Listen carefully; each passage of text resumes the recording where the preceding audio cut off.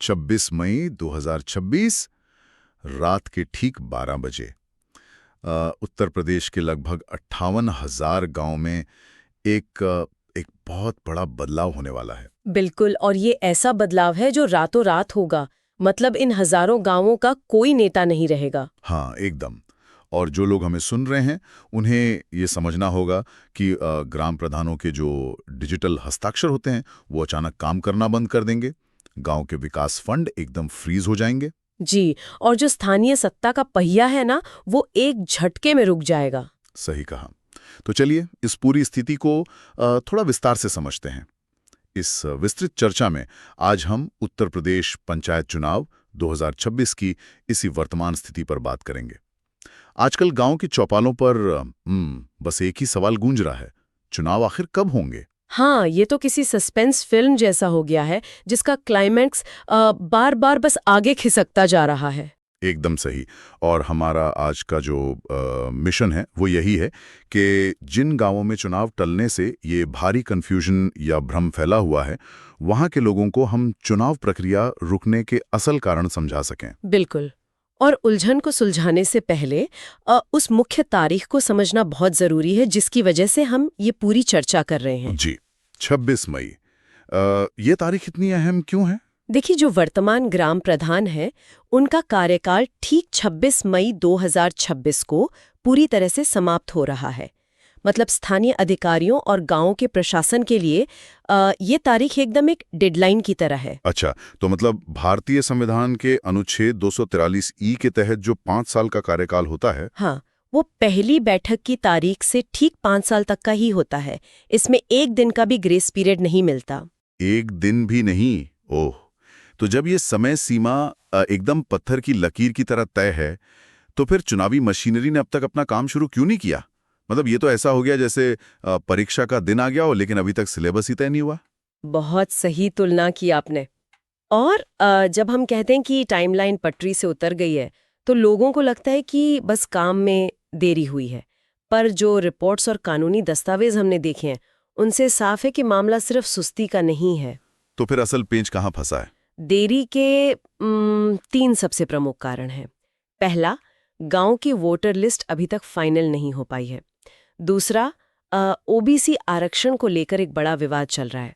और तीसरा, ये सारे मामले अभी अदालत में लंबित हैं। अदालत में? बाप रे। हाँ, और यहाँ जो बात सबसे ज्यादा दिलचस्प है वो ये है कि ये तीनों कारण एक दूसरे की कड़ियां हैं। मतलब एक पारदर्शी चुनाव के लिए सही वोटर लिस्ट और आरक्षण तय होना बुनियादी जरूरत है। इनके बिना प्रक्रिया आगे बढ़ ही नहीं सकती। यहाँ मामला और भी रोचक हो जाता है। ये तो किसी बड़े क्रिकेट मैच जैसा है। मतलब मैच की तारीख आ गई है, स्टेडियम बुक है, लेकिन ना तो टीम के खिलाड़ियों की लिस्ट बनी है और ना ही नियमों पर कोई सहमति बन पाई है। बिल्कुल। और पंचायत चुनाव की जो वोटर लिस्ट होती है ना, वो विधानसभा या लोकसभा की लिस्ट से बहुत अलग और जटिल होती है। वो कैसे? वोट तो वोट होता है ना? नहीं, देखिए, जब हम राष्ट्रीय स्तर पर वोट डालते हैं तो हम एक बड़े क्षेत्र का हिस्सा होते हैं। लेकिन पंचायत चुनाव में मामला वार्ड स्तर पर आ जाता है। एक गांव में कई वार्ड होते हैं। हाँ, वार्ड मेंबर के चुनाव भी तो होते हैं। जी, इसे आप माइक्रो मैपिंग कह सकते हैं। प्रशासन को सिर्फ नए 18 साल के युवाओं के नाम नहीं जोड़ने होते, ये भी तय करना होता है कि कौन सा नया घर अब किस वार्ड के नक्शे में आता है। ओह अच्छा, मतलब अगर वार्ड मैपिंग में थोड़ी सी भी चूक हो गई, मान लीजिए वार्ड 3 के 10 घर गलती से वार्ड 4 की लिस्ट में चले गए, तो उस वार्ड के पूरे चुनाव का गणित ही पलट जाएगा। एक एक वोट से तो पंचायत के चुनाव तय होते हैं। बिल्कुल सही बात है। और इसीलिए गांव वाले वोटर लिस्ट को इतनी बारीकी से चेक करते हैं। जी, और यहीं आपत्तियां दर्ज होती हैं। अगर किसी को लगा कि जानबूझकर वोट शिफ्ट किए गए हैं किसी को फायदा पहुंचाने के लिए, तो तुरंत शिकायत होती है। और इन हजारों शिकायतों का जमीनी सत्यापन करना बहुत धीमा काम है। और बिना पारदर्शी लिस्ट के चुनाव तो अदालत में टिकेंगे ही नहीं। एकदम नहीं। और अदालत का जिक्र आते ही इस पूरी कहानी का सबसे जटिल हिस्सा सामने आ जाता है। ओबीसी आरक्षण और सुप्रीम कोर्ट का ट्रिपल टेस्ट फॉर्मूला। हाँ, ये आरक्षण वाला मुद्दा तो हर बार चुनाव से पहले गरमा जाता है। ये एक तरह से म्यूजिकल चेयर्स की खेल जैसा है। है ना? म्यूजिकल चेयर्स, हाँ कह सकते हैं। मतलब इस खेल में कुर्सियों का रंग और आकार हर बार बदल रहा है। जो सीट पिछले चुनाव में सामान्य वर्ग के लिए थी, वो इस बार महिलाओं के लिए आरक्षित हो सकती है, या एससी के लिए, या ओबीसी के लिए। इसे रोटेशन सिस्टम कहते हैं शायद। बिल्कुल, इसे रोटेशन सिस्टम ही कहते हैं। और इसका गणित बहुत पेचीदा है। सिद्धांत ये है कि हर वर्ग को सत्ता में भागीदारी मिले, लेकिन ये तय कैसे हो कि कौन सी सीट ओबीसी के खाते में जाएगी। यही सुप्रीम कोर्ट का ट्रिपल टेस्ट लागू होता है। ये ट्रिपल टेस्ट क्या है असल में? जो लोग इस कानूनी दांव पेच को नहीं समझते, उनके लिए इन 3 शर्तों को समझना बहुत जरूरी है, क्योंकि यही तो मौजूदा देरी का केंद्र बिंदु है। जी, मैं बताती हूँ। पहली शर्त ये है कि राज्य सरकार को एक विशेष आयोग बनाना होगा जो स्थानीय स्तर पर पिछड़ेपन के आंकड़े जुटाएगा। अच्छा, मतलब एकदम ताज़ा डेटा। हाँ, फिर दूसरी शर्त यह है कि इस आयोग की सिफारिशों के आधार पर हर ग्राम पंचायत या ब्लॉक के लिए आरक्षण का अनुपात तय किया जाएगा। और तीसरी और सबसे अहम शर्त, तीसरी शर्त क्या है? वो ये कि किसी भी हालत में कुल आरक्षण, मतलब एससी, एसटी और ओबीसी मिलाकर 50% की सीमा को पार नहीं करना चाहिए। बाप रे! अब किसी भी राज्य की मशीनरी के लिए 58,000 गांव में घर घर जाकर ये गिनना कि ओबीसी आबादी का घनत्व कितना है, और फिर उस डेटा को रोटेशन सिस्टम के सांचे में ढालना, ये कोई आसान काम नहीं है। जनसांख्यिकी बदल चुकी होती है। हाँ, कोई गांव जो 15 साल से सामान्य सीट था, वो नए डेटा के हिसाब से ओबीसी सीट बन जाएगा। और जब ऐसा होता है तो जो प्रभावशाली लोग वहां सालों से राजनीति कर रहे थे, वो तुरंत उन आंकड़ों को चुनौती देते हुए हाई कोर्ट या सुप्रीम कोर्ट पहुंच जाते हैं। तो ये एक तरह का डोमिनो इफेक्ट हो गया। मतलब डेटा जुटाने में देरी हुई, फिर डेटा में खामी निकली, मामला अदालत गया और चुनाव रुक गए। बिल्कुल, एक भी याचिका स्वीकार हुई तो चुनाव आयोग को हाथ पीछे खींचने पड़ते हैं। विवादित नींव पर चुनाव नहीं हो सकते। सही कहा। लेकिन इन कागजी नियमों और कानूनी फाइलों से बाहर निकलकर अगर हम जमीनी हकीकत पर आएं, मतलब गांवों की पगडंडियों पर इस सब का क्या असर हो रहा है? 26 मई के बाद जब प्रधान की शक्तियां खत्म हो जाएंगी, तब क्या होगा? जिसे हम तकनीकी भाषा में डिजिटल सिग्नेचर का सीज होना कहते हैं।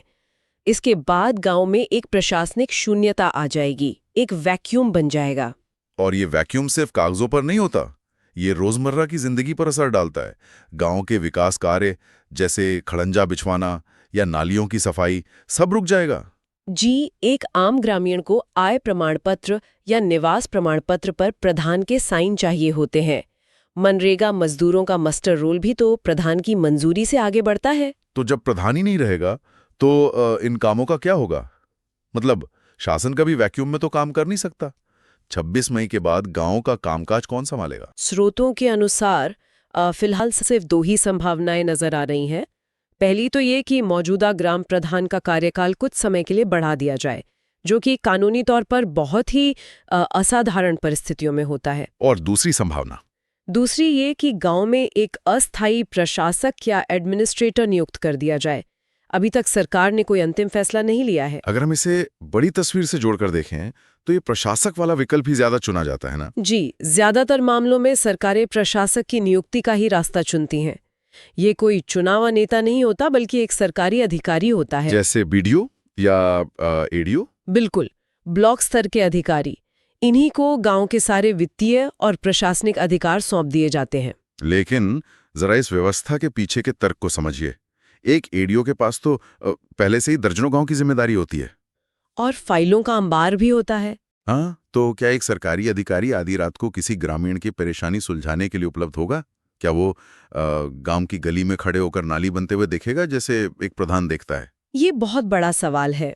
एक अधिकारी नियमों के हिसाब से चलता है, जबकि एक प्रधान सामाजिक ताने बाने और व्यक्तिगत संबंधों के आधार पर काम करता है। ये लोकतंत्र के बुनियादी ढांचे का एक बहुत बड़ा शिफ्ट है। तो मतलब जवाबदेही बदल जाती है? बिल्कुल।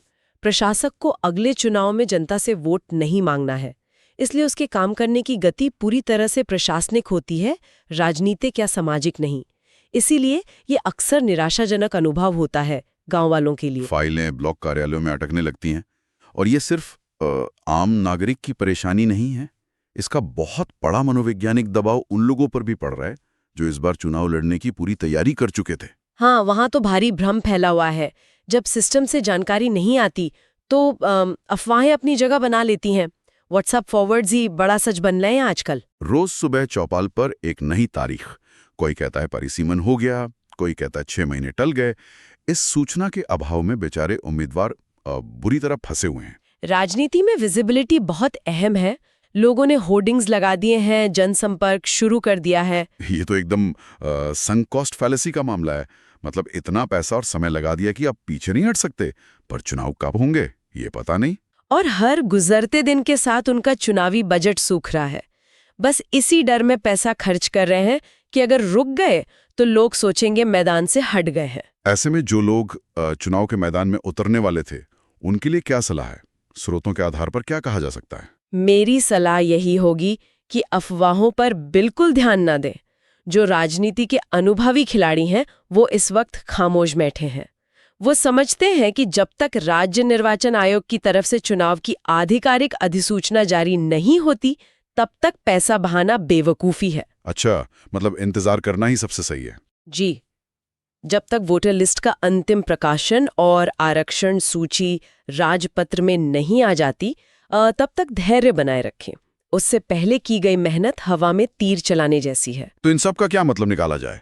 जो समझदार हैं वो अपनी पूंजी बचा रहे हैं, लेकिन अगर इस पूरे परिदृश्य को हम एक साथ रखकर देखें तो ये सिर्फ एक चुनाव टलने की बात नहीं है। नहीं, ये भारत के पंचायती राज सिस्टम की एक बड़ी कमजोरी दिखाता है, जहां डेटा मैनेजमेंट और कानूनी प्रक्रिया अक्सर टकरा जाते हैं। जी, तो इस गहन चर्चा से ये बात एकदम स्पष्ट होती है कि यूपी पंचायत चुनाव 2026 अभी वोटर लिस्ट, ओबीसी आरक्षण और अदालती मुकदमों के फेर में ही फंसा हुआ है। और 26 मई की अहम तारीख के बाद गांव को या तो मौजूदा प्रधान का विस्तार मिलेगा या एक नया प्रशासक। आधिकारिक अपडेट का इंतजार ही अभी एकमात्र विकल्प है। बिल्कुल, और इसी के साथ हम अपनी चर्चा के अंत की तरफ बढ़ रहे हैं। हमने आज देखा कि कैसे एक गांव की सरकार सिर्फ कागजों पर नहीं चलती, लेकिन इन सब के बीच हमारे श्रोताओं के सोचने के लिए एक बहुत ही गहरा और गंभीर सवाल छूट जाता है। वो क्या?